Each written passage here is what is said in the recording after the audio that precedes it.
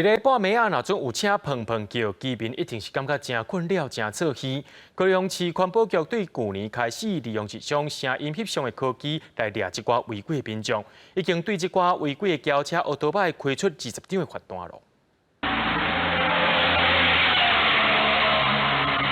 车约未到，声先到，一下啊唱悬到89分贝。这台违规机车马上互电眼翕相。毋那山区半暝伫市区帮机车吭吭叫，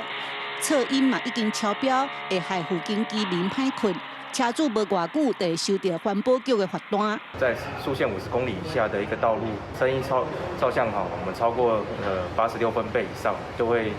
立即来开罚会当抓到噪音超标的车，因为环保局去年开始利用这种声音翕相的科技，伫民众检举的路段，亲像博爱路也是美术馆附近，阁有景点的道路来取缔引进声收大声的违规车辆。批出63万辆的一个车辆这63万辆的车辆，总共有20个车辆超过咱道路噪音的一个标准每一件会来。 开罚1800块以上的罚款即卖新科技听到声就会当翕相，环保局提醒民众莫超速，车辆嘛莫改装延档讲，制造伤吵噪音受处罚，会当罚平800到3600。记者陈嘉文、罗伟哲高雄报道。